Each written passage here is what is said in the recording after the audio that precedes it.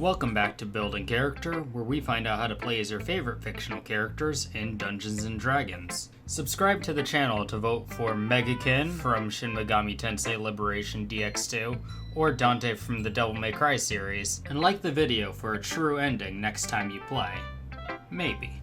Today, on the 4th anniversary of Doki Doki Literature Club, we'll be building Monika, the Literature Club president and heroine of the game. This video is not suitable for children or those who are easily disturbed. Ladies and gentlemen, Monika number 5. Let's start off with the goals for this build.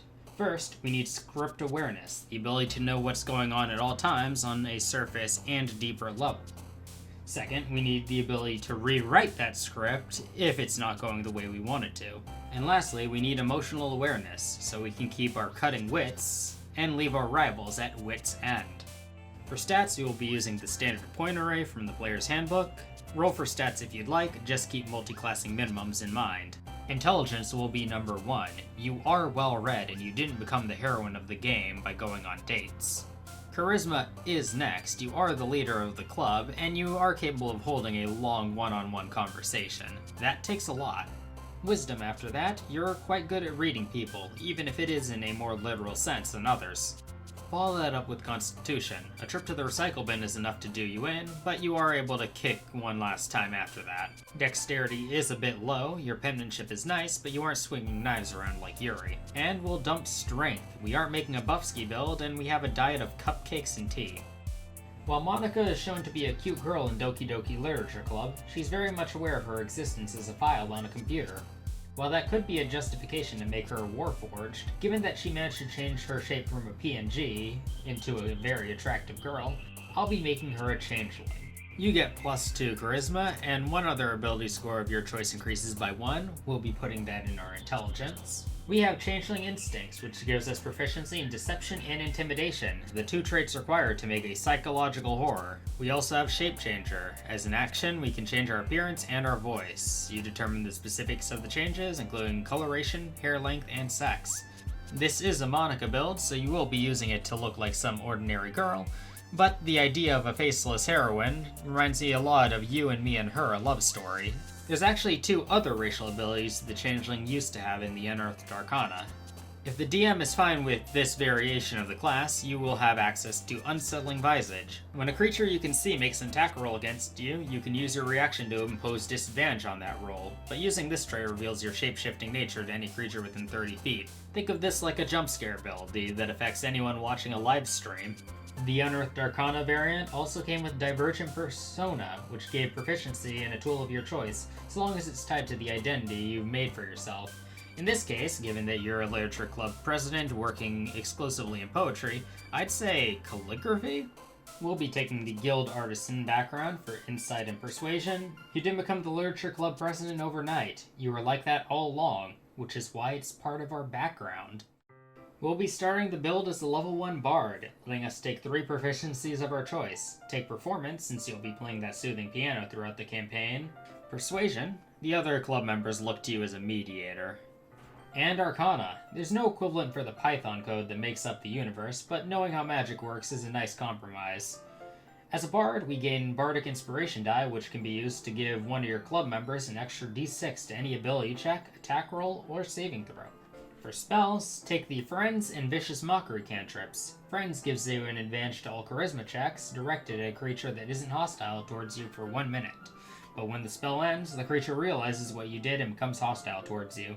For most situations, this is a rather counterintuitive spell, but when you're trying to make yourself look like a victim in front of other players, having Yuri tell you to kill yourself when you just tried to cast Friends is a good way.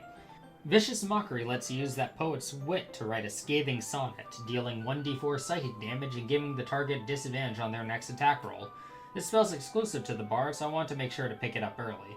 Illusory Script lets you write encrypted messages to advertise your future games, and Identify will allow you to decrypt them for your game theorist fans. Unearthly Chorus gives you a soothing piano medley to turn a target friendly for up to an hour, because who doesn't feel good listening to dreams of love and literature? Dissonant Whispers gives you a chilling wind medley to force a wisdom save on an enemy, dealing 3d6 psychic damage on a failure, and forcing them to move as far as its speed allows away from you, taking half as much and not running away on a success. because who doesn't feel chills listening to Sayonara? For the second level in Bard, you gain Jack of all trades, adding half your proficiency bonus to all untrained skills, as well as Song of Rest, giving everyone an additional 1d6 when they heal during a short rest, because who doesn't feel ready to go listening to OK everyone? We also get to learn another spell, and I'm feeling Bane, which imposes a d4 penalty on all attacks or saving throws made to a single target, with each spell slot above targeting more creatures. I feel casting this as a second or third level spell later on, depending on how big your club is. For our third level in Bard, we finally get to go to school, that being the College of Whispers. College of Whispers bards gain access to psychic blades, which let you spend a bardic inspiration to cause weapon attacks you make to deal an additional 2d6 damage. While you probably won't be stabbing anyone with a pen, that's more Yuri's thing, you also gain Words of Terror, letting you cause deep paranoia and fear in a target's mind after a minute of conversation once per day. If they fail a wisdom save, they're frightened of you or another creature of your choice for an hour, or until it or a friend is damaged. While the ability won't see much use in combat, there's some interesting social engineering you can do if you can get an audience with the right people. Third level bards also gain expertise in 2 skills of their choice. Go with whatever seems most necessary for the act in the game you're in. Persuasion and Insight if you're in Act 1, Deception and Intimidation if you're in Act 2, and Performance and Arcana if you're in Act 3. 3 levels in, and we've done a good job establishing ourselves as a social icon and queen bee of our school, but now it's time to start our awakening. First level wizards gain Arcane Recovery, which lets them regain half their wizard level and spell slots after a short rest. We also get to take a few more spells here. Message is a cantrip that lets you send a private message only other players can hear. Minor Illusion is great for all your scary faces. And Mind Sliver is an unearthed Arcana spell that forces an intelligence saving throw on a target. On a failed save, they take 1d6 psychic damage, and the next time they make a saving throw, they must roll a d4 and subtract the number rolled from the save. Along with Bane, that's 2d4 away from their saves. For leveled spells, Cause Fear and Charm Person are staples of any emotional manipulator. The target rolls a saving throw, and if they fail, they are scared or charmed. Id Intuition is another unearthed Arcana spell that forces a wisdom save on a target. On a failed save, they are incapacitated and take 1d12 psychic damage each turn until they succeed. It's time for this build to truly reach its second act and for Monika to take control of the script. Level 2 wizards get to take a magical tradition, and the Divination School gives you access to the Portent ability. When you finish a long rest, roll 2 d20s and record the numbers rolled. You can replace any attack roll, saving throw, or ability check made by you or a creature that you can see with one of these foretelling rolls. You must choose to do so before the roll, and you replace a roll in this way only once per turn. This takes place before the roll, so you can use this with Bane and Mind Sliver to make a truly crippled saving throw. And hey, we can take advantage of that controlled roll with the Puppet spell. Puppet forces a Constitution saving throw on a target you see to drop whatever it's holding and move its movement speed in whatever direction you choose.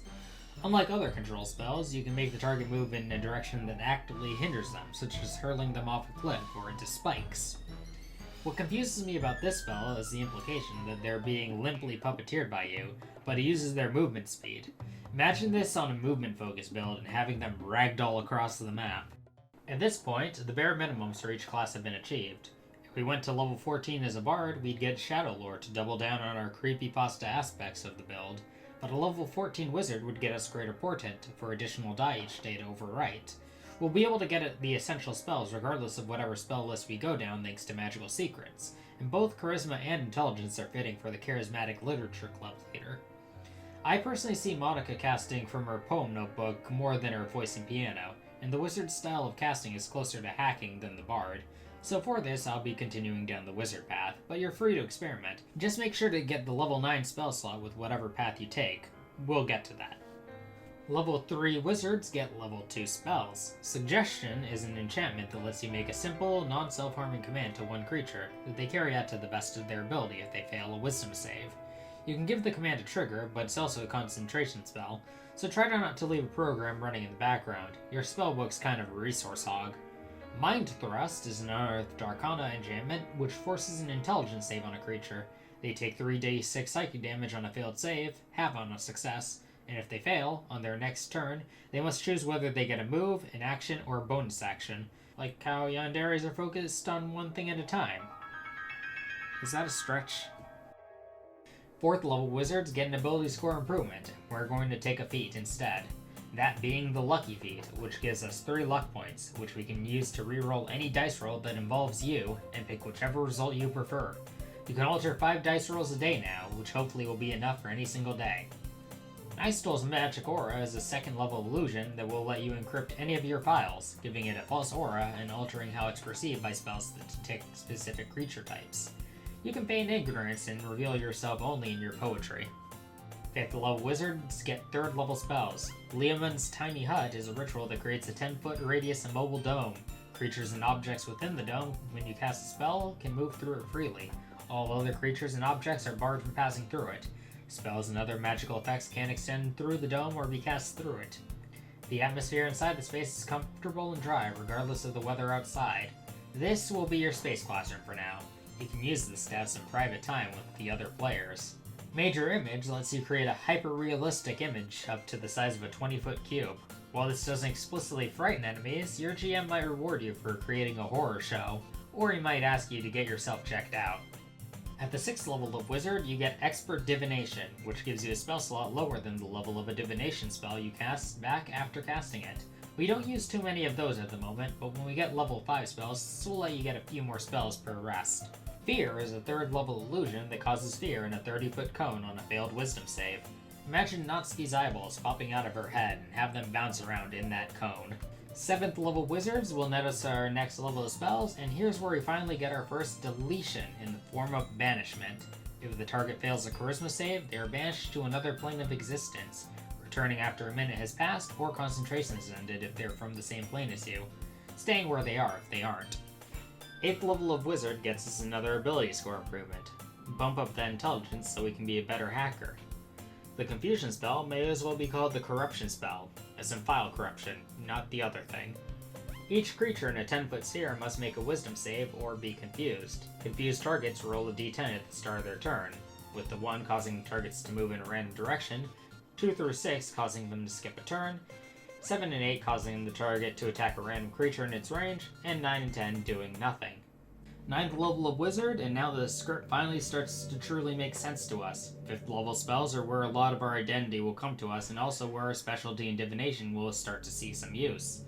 Contact Other Plane lets us finally talk to the players, but trying to figure out how that works can be difficult, since we have to roll a DC 15 intelligence save when we cast a spell. On failure, we take 66 psychic damage and turn insane, but that would never happen to Monika. Legend Lore gives a lore dump on anything you need, basically a Control F through the game's script to find whatever information you need. At level 10 of Wizard, we borrow Yuri's Portrait of Markov book and get Third Eye. Using an action, we can give ourselves passive dark vision, ethereal sight, greater comprehension of language, or the ability to see the invisible. This lasts until we're incapacitated and can't be used again until a short or long rest. For spells, Gios gives us a longer control over whoever we're reprogramming. If a target fails their wisdom save, we can give them a command, or carry out a service over the course of 30 days, taking 5d6 psychic damage whenever they try to act in a way that contradicts our command.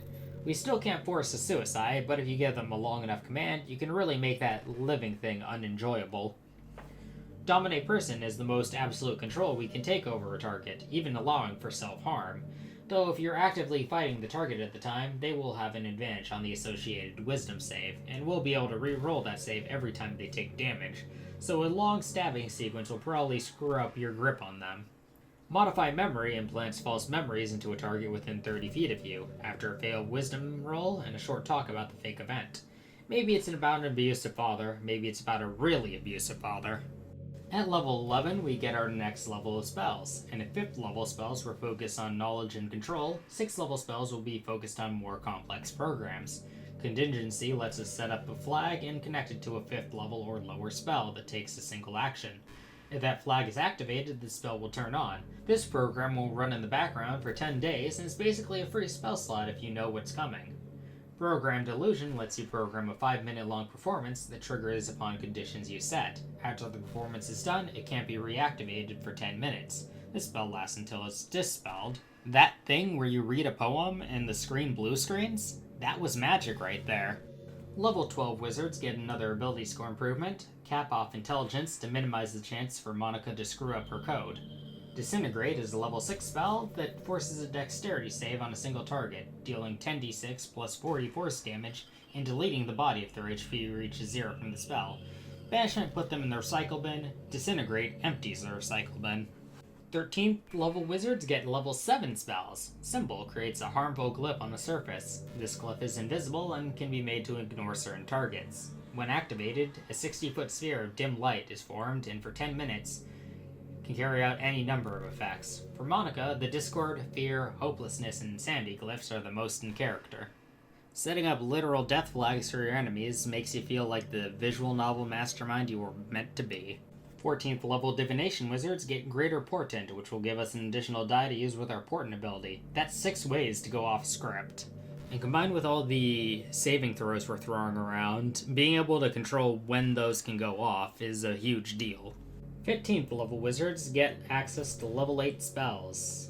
We've always had a way with words, so let's put some power in those words with Power Word Stun. You speak a word of power that can overwhelm the mind of one creature you can see within range, leaving it dumbfounded. If the target has 150 hit points or fewer, it is stunned. Otherwise, the spell has no effect. The stunned target must make a Constitution saving throw at the end of each of its turns. On a successful save, the stunning effect ends. Making a command that can pause the game is one thing, but if you want something more complex, the Demi-Plane spell lets you create a shadowy door to a demi-plane of your creation. When the spell ends, the door disappears, and any creatures or objects inside the demi-plane remain trapped there. The door also disappears from the other side. Each time you cast a spell, you create a new demi-plane, or have the shadowy door connect to a demi-plane you created with the previous casting of the spell. Use this spell to make the definitive space classroom for you and your partner to share for all eternity. Our next level will be level 16 in Wizard, and comes with our last ability score improvement. Boost that charisma up to 18 to prepare for that finale of a song. For spells, pick up Antipathy/Sympathy, a 2-sided spell that lets you create a 200-foot cube. Anyone within that cube becomes frightened of a creature of your choice, in Antipathy, or enraptured by it in the case of Sympathy. Use this to make sure that no one but you has interest in your beloved. And if they choose to have interest anyways, you can crash the game. Reality Break is an 8th level conjuration that lets you shatter the barriers between realities and timelines, thrusting a creature into turmoil and madness. You roll a d10. On a 1 and 2, they have a vision of a far realm, taking 6d12 psychic damage and stunning them until the end of the turn. On a 3 through 5, they make a dexterity saving throw, taking 8d12 force damage on a failed save, half as much damage on a successful save, as reality rends them apart. On a 6 or 7, the target is teleported through a wormhole, along with everything it's wearing or carrying, up to 30 feet into an occupied space of your choice. They also take 10d12 force damage in the teleportation and are knocked prone. On a 9 and 10, they feel the chill of the dark void, taking 10d12 cold damage, and blinded until the end of the turn, as if the game was closed on them. Our capstone is the 17th level of Wizard, which gives us access to the big admin tools of the level 9 spells. Foresight lets you touch a willing creature and bestow a limited ability to see into the immediate future. For the duration, the target can't be surprised and has advantage on attack rolls, ability checks, and saving throws. Additionally, other creatures have disadvantage on attack rolls against the target for the duration. This spell, along with your lucky die importance, give you full reign of the script, not being able to be caught off guard or off-key by anything. On the destructive side, you have the simple power word kill. With a few strokes of the keyboard, you utter a word of power that can compel any creature you see to die instantly, so long as they have 100 hit points or less. But if you're feeling sympathetic and want to just move them over to a safe USB, you can do so with the imprisonment spell. You create a magical restraint to hold a creature you can see within range. The target must succeed a wisdom saving throw or be bound by the spell. If it succeeds, it is immune to the spell if you cast it again. While affected by the spell, the creature doesn't need to breathe, eat, drink, and doesn't age. Divination spells can't locate or perceive the target. During the casting of the spell, in any of its versions, you can specify a condition that will cause the spell to end and release the target. The condition can be as specific or elaborate as you choose, but the DM must agree that the condition is reasonable and has a likelihood of coming to pass. You can use a particular special component to create only one person at a time. If you cast a spell again using the same component, the target of the first casting is immediately freed from its binding. So I guess everyone needs their own personal USB. You could choose to bury the target, chain them up, put them in a demi-plane of torment, put them in a tiny containment, or put in eternal slumber, but I'm sure your GM will allow you to create your own personal punishment. But beyond any knowledge, torment, or mercy you also have access to the ultimate rewrite, the Wish spell.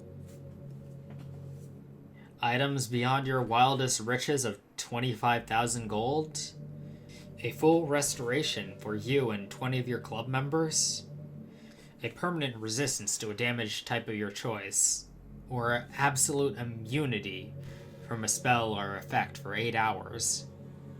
Even rewriting the past is not beyond your reach, and those are just the effects listed in the book. You can take your pen and write your own reality.